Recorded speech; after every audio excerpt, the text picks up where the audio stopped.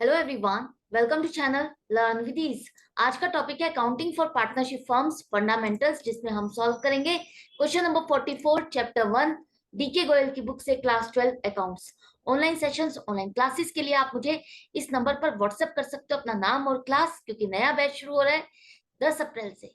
Class 11 और 12 दोनों के लिए है, तो इंटरेस्टेड हो तो जल्दी से मुझे इस नंबर पर व्हाट्सएप कर दो। अगर आप डीके गोयल बुक के साथ साथ टीएस ग्रेवाल बुक को भी फॉलो कर रहे हो, उस बुक के क्वेश्चंस के सॉल्यूशंस ढूंढ रहे हो, तो इसी चैनल की प्लेलिस्ट को क्लिक करो। आपको TS Grewal new edition book 2024 के सॉल्यूशंस अपलोडेड मिलेंगे। साथ में ही कम्युनिटी सेक्शन में एमसीक्यूज मिलेंगे क्विज की फॉर्मेट में, और एमसीक्यूज के सॉल्यूशन शॉर्ट्स में। तो बहुत कुछ है चैनल पर, विजिट द चैनल। अच्छा लगे तो शेयर और सब्सक्राइब जरूर करना। आज के क्वेश्चन में 3 पार्टनर है, आशा, सुमन और वर्का, जिनकी कैपिटल है 9 लाख, 7 लाख और 4 लाख। तीनों की कैपिटल पर आपको इंटरेस्ट देना था 8% पर एनम के हिसाब से, और आप वो देना भूल गए। ये इंटरेस्ट ऑन कैपिटल दिए बिना ही आपने पिछले साल का प्रॉफिट 1,20,000 इन तीनों में बांट दिया। तो अब होगा क्या, इस मिस्टेक को आपको रेक्टिफाई करना है बिना बुक्स को डिस्टर्ब करे। कैसे करोगे, देखो। तीनों पार्टनर्स का कितना इंटरेस्ट बनता है? आशा का 9 लाख पर 72,000, सुमन का 7 लाख पर 56,000 और वर्का का 4 लाख पर 32,000। पूरे पूरे साल का इंटरेस्ट ये बना, जो कि 1,60,000 है। Total interest on capital in तीनों का मिलाकर के 1,60,000 हमें देना था। हमें प्रॉफिट हुआ है 1,20,000। प्रॉफिट कम है, इंटरेस्ट ज्यादा है। इंटरेस्ट ऑन कैपिटल एक तरह से क्या है, डिस्ट्रीब्यूशन ऑफ प्रॉफिट ही है। अब प्रॉफिट आपके पास कम है, इंटरेस्ट ज्यादा बनता है, तो आप इसको डिस्ट्रीब्यूट कैसे करोगे? प्रॉफिट शेयरिंग रेशियो में? नहीं, बिल्कुल नहीं।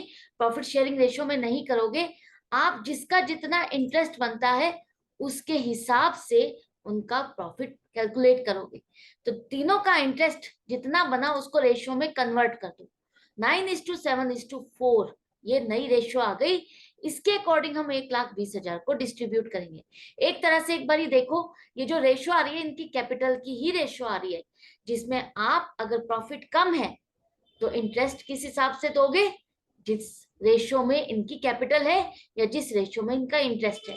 तो प्रॉफिट 1,20,000 को अब इस रेशियो में बांटोगे, प्रॉफिट शेयरिंग रेशियो में नहीं। आशा को ये प्रॉफिट मिलना है 56,000, सुमन को 42,000 और वर्का को 24,000।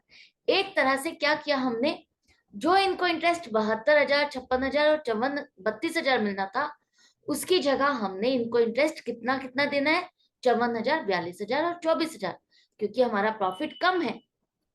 अब आपको देखो, आपने जो गलती की है इसको रेक्टिफाई करना है। तो हम इन तीनों का इंटरेस्ट जो देना था, अगर इनको देते हैं तो इनके अकाउंट में क्या करेंगे, हम क्रेडिट करेंगे।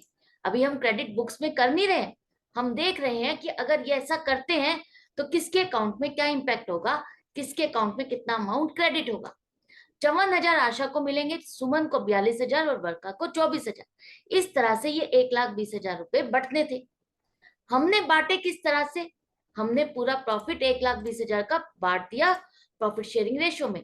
प्रॉफिट शेयरिंग रेशियो जब भी क्वेश्चन में नहीं होती, हम क्या मान के चलते हैं, इक्वल रेशियो है। तो 1:1:1 की रेशियो में आपने पूरा प्रॉफिट बांट दिया तीनों पार्टनर में, 40,000, 40,000, 40,000। इस हिसाब से आपने इस प्रॉफिट को बांटा होगा, जो कि रॉन्ग है। तो हम इनसे ये अमाउंट वापस लेते हैं तो क्या करेंगे, इनके अकाउंट को डेबिट करेंगे। तो अब देखो नेट इंपैक्ट क्या पड़ रहा है। अगर हम इंटरेस्ट देते हैं तो आशा का अकाउंट क्रेडिट ज्यादा होता है, उसको 14,000 रुपए ज्यादा मिलने थे। सुमन के अकाउंट में भी 2,000 और उसको मिलने थे, और वर्का से हमें 16,000 लेने होंगे क्योंकि हमने उसको प्रॉफिट ज्यादा दे दिया। जो 1,20,000 का डिस्ट्रीब्यूशन है वो इस हिसाब से होना था, हमने किस हिसाब से कर दिया, इस हिसाब से कर दिया, 40,000 से, जो कि गलत हो गया। अब हमें ये रेक्टिफाई करना है, जिसका प्रॉफिट कम मिला है जिसको, उसके अकाउंट में हम डालेंगे, और जिसके पास ज्यादा चला गया उससे ले लेंगे। तो वर्का का कैपिटल अकाउंट आपका डेबिट होगा और आशा और सुमन का अकाउंट क्रेडिट होगा। कब डालोगे एंट्री? बाकी बुक्स को आप वापस से नहीं खोल सकते, जो एंट्रीज हो चुकी है, आप बुक्स को क्लोज कर चुके हो, अब उन बुक्स को डिस्टर्ब नहीं कर सकते। आप अपनी इस रेक्टिफिकेशन को अगले फाइनेंशियल ईयर की पहली तारीख को डालोगे, जो कि 1 अप्रैल 2023 से। तो आई होप आपको अच्छे से समझ में आ गया होगा।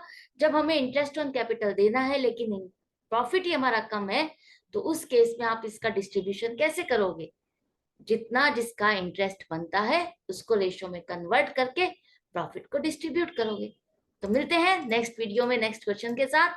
अपनी प्रैक्टिस जारी करते रखो, जारी करके रखो, और देखो फिर अपनी परफॉर्मेंस क्या परफॉर्मेंस होती है आपकी। Goodbye and take care.